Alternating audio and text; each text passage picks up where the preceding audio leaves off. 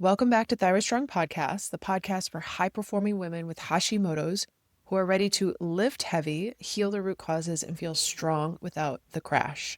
I'm Dr. Emily Kiberd, and today we are talking about one of the most overlooked but most common root causes I see in my one-on-one clients. And this is very, very taboo to talk about in the States. Everyone here thinks no one has these, but they do.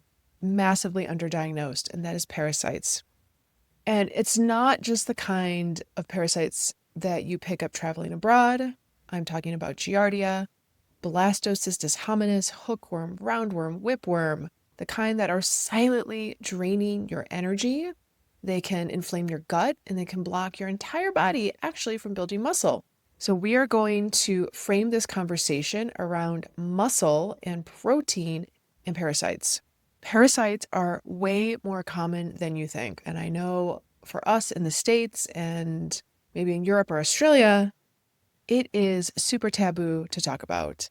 In developing countries, people will give their kids a parasite cleanse or parasite medication before they go to school twice a year. So kids in other countries are cleansed of parasites twice a year. That is a standard. But know this, if you're in the States, you do not need to leave the States to get a parasite. I've seen this quote. I think it's true. If you have a pulse, you probably have a parasite. If you have a pet, you definitely have a parasite. These infections are way more common than most people think. I see them all the time on a qPCR test called a GI map. I also see them on a separate parasite test that I use that's even more specific that we'll talk about. And this is what I see. Women who are lifting weights, they're eating quote unquote clean, they're tracking their macros, and they still feel bloated, like brain foggy, and full body inflammation. So if you're in the States, you may be asking, well, Em, where the heck would I pick up a parasite here? Number one, biting your nails. Biting your nails can transfer any sort of parasitic eggs that live under doorknobs, gym equipment, public spaces into your nails and transfer those into your mouth. So if you touch those things and then bite your nails, you are giving them an easy entry right into the mouth, right into the digestive system. If you have a pet, pets like dogs, cats, even snakes, other kind of pets can carry hookworm, roundworm, and more. So letting your pet lick your face, sleep in your bed, cleaning their litter box without washing your hands after. Every time I see a pet lick their owner on Instagram, I'm like, oh, that person has a parasite. So it just increased the risk. Number 3 would be undercooked or raw meat, especially pork, beef, or freshwater fish. Super common for sources of roundworm and tapeworm. And technically, you would want to cook your meat to well done. I know very few people who will cook their meat to well done. I still like mine a little bit more in the medium rare, but then I also test myself. So I personally do not cook my meat to well done if my fish is definitely cooked fully, and my pork, but I don't really eat pork. But beef should be cooked well done if you don't want parasites. Number 4 would be unwashed produce, especially if it is fertilized with animal manure and handled at a farm stand. So unwashed produce, or even just like taking the produce and putting it under the water and kind of splashing it around, that is not washing your produce, my friends. A thorough washing, and we can talk about what this looks like later in the episode, but a thorough washing is required to remove any sort of worms or parasites or bugs. Walking outdoors barefoot. I know there's this big movement of like grounding with the earth. Well, what happens is hookworm larvae can penetrate the skin, especially in places that are warm and they have like moist soil, and they can go through the feet and enter the bloodstream. So these are not exotic risks. These are everyday exposures that can become invisible stressors, especially for the Hashi ladies when they go undiagnosed. If any of those things you are doing, not washing your produce, walking barefoot, undercooked meat, biting your nails, kissing your pet, you just said, oh my goodness, that might be me, and I've done all the things to help improve my Hashimoto symptoms, then jump on a call with me. Let's jump on a call. Let's see how we can work together to get those out of you properly. Because parasitic infections, you can be doing all the things, and if they are still living in there, you are not going to feel good. All right. How do parasites steal your strength? All right, so now we're taking parasitic infection and we're talking about it as it relates to muscle and protein, because most of the women I work with are lifting weights, they're eating protein, they're doing the do. but they're still not losing the weight. So parasites are not just a gut problem. They are a metabolism problem. When you have a parasitic infection, they can steal your nutrient absorption. They can steal nutrients like iron, B12, amino acids. And what does that look like in your body? Your thyroid will then have fewer raw materials to work with to give you energy. Your recovery from your workouts, probably not so great. Your body will break down muscle instead of building it if you are not absorbing the nutrients that you need because you have a parasitic infection blocking that absorption. So if you are hitting your workouts, you're eating right, but you're still gaining fat and losing tone, parasites could be quietly at play. We know that protein is so important, like a non-negotiable when it comes to building muscle and getting your energy back with Hashimoto's. Protein isn't enough if you can't absorb it, right? It's not only what you're eating, but what you're absorbing from it. So some of my clients are eating like 130 to 150 grams of protein per day, but they're still not keeping their muscle mass on. And one of the things that we find as an underlying trigger is that if you have a parasite, it can suppress the production of your stomach acid. And if you don't have enough stomach acid, you are not going to break down your food. If you're not breaking down your food, you're not absorbing the nutrients from your food. If you have a parasite, you can have reduced enzyme output, which then can lead to not breaking down your food. You could have damage in that mucosal layer, that layer in your gut where absorption actually happens. And if you have damage there and you have gut permeability or leaky gut, you are not going to be absorbing the nutrients from your food that you need for thyroid conversion, for muscle growth. Other things that can happen with a parasitic infection, you can swing between constipation and diarrhea. We call this consturia. Well, when that happens, you are probably having slow motility due to the constipation and then quick motility with the diarrhea. Your body is like evacuating.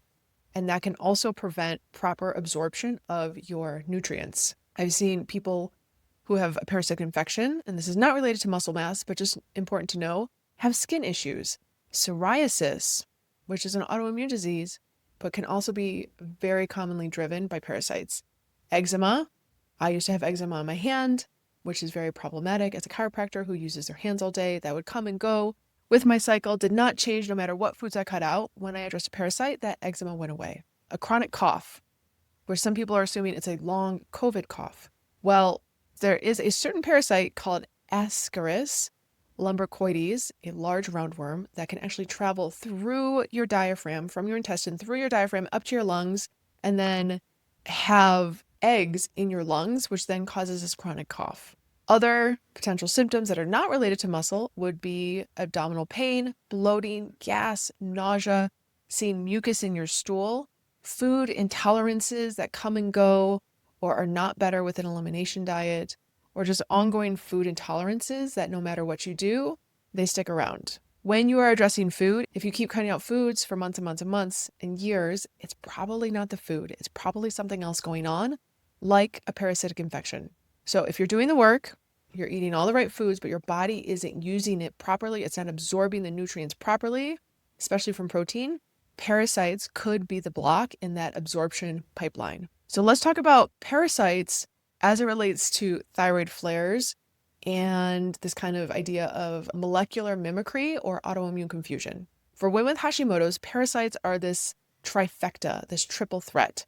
So one, they increase intestinal permeability, also known as leaky gut. They can trigger this idea of molecular mimicry or immune confusion, where the parasites are causing this inflammation, which can then make the body think that it is attacking the thyroid. And then the third trifecta is that there's stress on the body's detox systems and your nervous system, which can all lead to more bloating, more fatigue, an increase in thyroid antibodies, even when you're taking your thyroid meds and following a clean eating or elimination diet protocol. So where do we start to pick up parasites? It is not just a stool test. You can use blood markers that can indicate parasites. So if you get a CBC with a differential, most doctors just order a CBC. They don't order with a differential. You can look at your eosinophil count. If your eosinophils are elevated above a certain number, typically a 3, there is a potential for a possible parasitic infection. You want to look at this marker with other markers. For example, low ferritin, low iron saturation, especially when supplementation is not helping. Low total protein or albumin may reflect malabsorption or intestinal damage. Low B12, even if you're eating red meat or you're supplementing, typical parasites could be giardia or roundworm driving down that B12. We always look at B12 with a marker called methylmalonic acid, MMA. MMA looks at your B12 getting pushed into the cell. B12 on labs just shows the B12 floating in your bloodstream. So you want to look at both in relationship to one another. So if you're seeing low iron, high eosinophils, persistent nutrient deficiencies, and your symptoms are not resolving, that's when I move forward to a GI map. A GI map is a DNA-based qPCR testing. It detects the DNA of parasites, alive or dead. It shows how much of the parasite is present. So there is a quantitative marker in that. It picks up low levels of infections missed by potentially other tests. So other markers, other than just an actual protozoa or a helminth, a worm on the test, you can look at eosinophil activation protein. It is a marker that shows are there parasites. Low secretory IgA. Secretory IgA is a marker to tell us the soldiers, the army, the first line of immune defense in your gut, is it low? That means you probably had a chronic infection and have been fighting something off for a while. Elevated beta-glucuronidase. This is a protein that shows how hard you're pushing your detox pathways. And when this is elevated, there are multiple potential root causes for this, including estrogen dominance. But one of the things we put on there is mold exposure as well as parasitic infection. So we tap into a GI map. The GI map is good. No stool test is perfect. Our intestines are 30 feet long. You collect a stool sample that's 5 inches long, maybe. And I also like to tap into a more specific test using microscopy, where you're actually plating the stool and looking for eggs and worms and parasites under a microscope. Different than picking up the DNA strains on a qPCR test like a GI map. So I have found microscopy. There's one test that tests about 38 different protozoa and helminths, and that one can pick up things that a GI map may miss. So if a parasite isn't shedding in that stool sample, there could be a false negative, hence a false negative on a GI map. Many clients come to me saying my stool test was clean, and then we use this microscopy test and we find multiple parasites. So this level of precision is what changes everything when I work with my one-on-one clients using testing that other functional medicine docs don't use. And people go from feeling fatigued and frustrated, like I've done all the things, I've done all the stool tests, all the protocols, all the supplements, to actually getting clarity because we're using a more specific test and healing, finally. So if you're that woman who is feeling inflamed, puffy, not recovering properly, stuck in a body that refuses to respond, even though you're doing all the right things, this might be what's missing because you can't out-supplement or out-train a parasite. This is why I offer one-on-one Thyroid Strong functional medicine coaching, where we run the right labs. We interpret them clinically and then build a personalized plan that includes dialing in how you're eating, how you're working out in a thyroid-friendly way, gut support and nervous system regulation, and actually using the proper testing. So if you're like, oh my God, this could be me, go ahead, apply. I'm going to drop a link in the show notes and let's test, not guess, and finally get to the root cause of what's keeping you tired, inflamed, and stuck. If you have a girlfriend that you might think have a parasite, send them this episode. And if you like this episode, rate and review on your favorite podcast platform, iTunes, Spotify, wherever you listen to your podcasts. All right, ladies, I will see you next week.